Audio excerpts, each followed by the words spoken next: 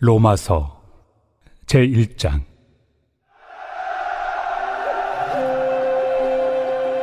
예수 그리스도의 종 바울은 사도로 부르심을 받아 하나님의 복음을 위하여 택정함을 입었으니, 이 복음은 하나님이 선지자들을 통하여 그의 아들에 관하여 성경에 미리 약속하신 것이라. 그의 아들에 관하여 말하면 육신으로는 다윗의 혈통에서 나셨고, 성결의 영으로는 죽은 자들 가운데서 부활하사 능력으로 하나님의 아들로 선포되셨으니 곧 우리 주 예수 그리스도시니라. 그로 말미암아 우리가 은혜와 사도의 직분을 받아 그의 이름을 위하여 모든 이방인 중에서 믿어 순종하게 하나니, 너희도 그들 중에서 예수 그리스도의 것으로 부르심을 받은 자니라. 로마에서 하나님의 사랑하심을 받고 성도로 부르심을 받은 모든 자에게 하나님 우리 아버지와 주 예수 그리스도로부터 은혜와 평강이 있기를 원하노라.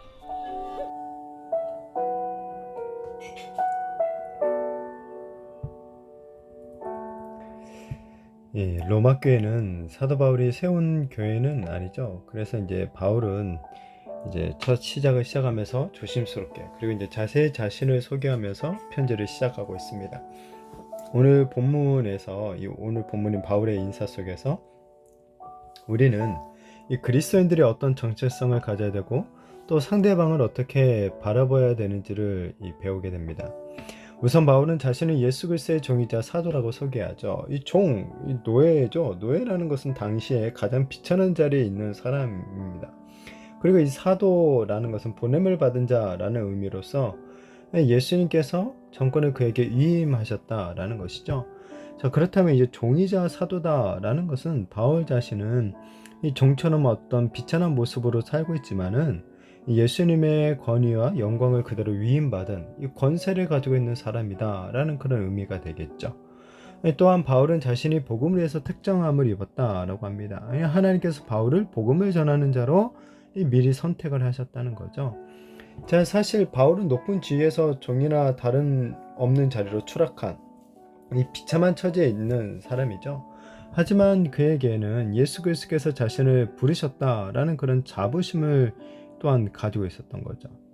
이처럼 우리 성도들 또한 현실의 삶이 어떠하든지 간에, 우리가 삶에 처한 상황과 환경이 어떠하든지 간에 하나님께서 우리들을 성도로, 하나님의 백성으로 부르셨다라는 그런 이 자부심을 가지고 살아야 되는 거죠. 바울은 로마 교회 성도들에게 자신이 이제 거짓 교사가 아니다라는 것을 확인시켜 주기 위해서 복음이 무엇인가에 대해서 자세히 서술을 합니다. 복음은 한 사람, 그 하나님의 아들이신 예수님에 관한 이야기죠. 예수님은 갑자기 급작스럽게 나타나신 그런 분이 아니라 선지자들 통해서, 구약의 선지자들을 통해서 미리 예언된 분이시고, 또한 육신적으로 볼 때는 다윗의 혈통에서 나신 분이시다라는 거죠. 이 다윗의 혈통에서 나셨다라는 것은 구약의 이스라엘 그 역사를 이끌어 오신 하나님이 최종적으로 보내신 분이 바로 예수님이시다라는 그런 뜻을 가지고 있죠. 그리고 바울은 이 복음의 핵심인 예수님께서 부활하시고 하나님의 아들로 선포되신 것이다 라고 선언합니다.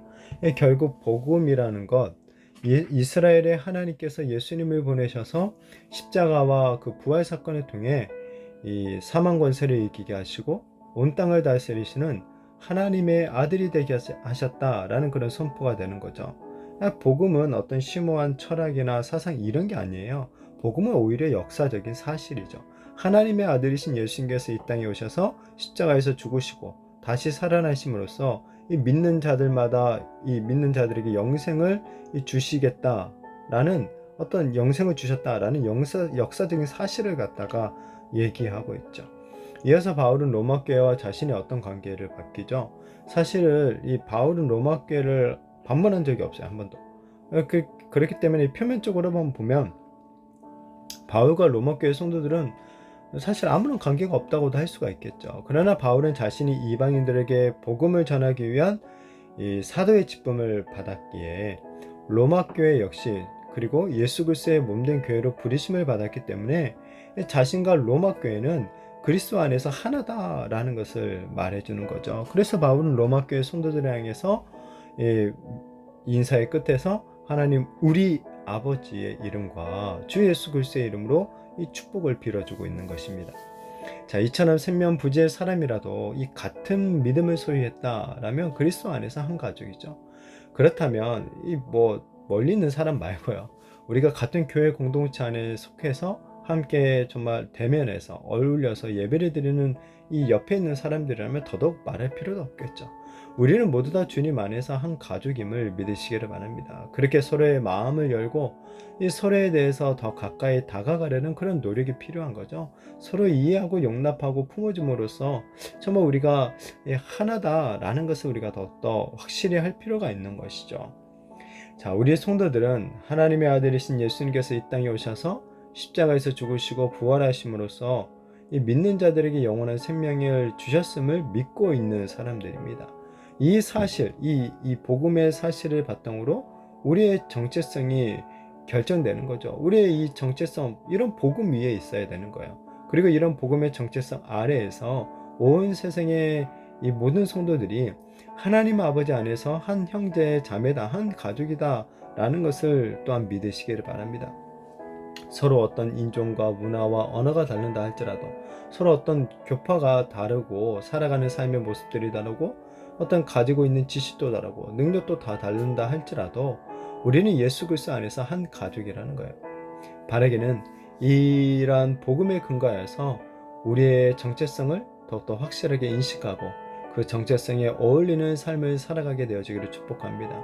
무엇보다도 예수님을 우리의 구주, 나의 구주를 믿는 우리 모든 성도들이 한 가족이다, 하나님의 한 가족이다 라는 것을 기억하면서 서로를 더욱더 좀 사랑하고 이해하고 좀 용납하면서 진정한 하나님 나라의 한 백성, 한 가족의 삶을 살아가는 그런 은혜가 있게 되어지기를 예수님의 이름으로 축복합니다.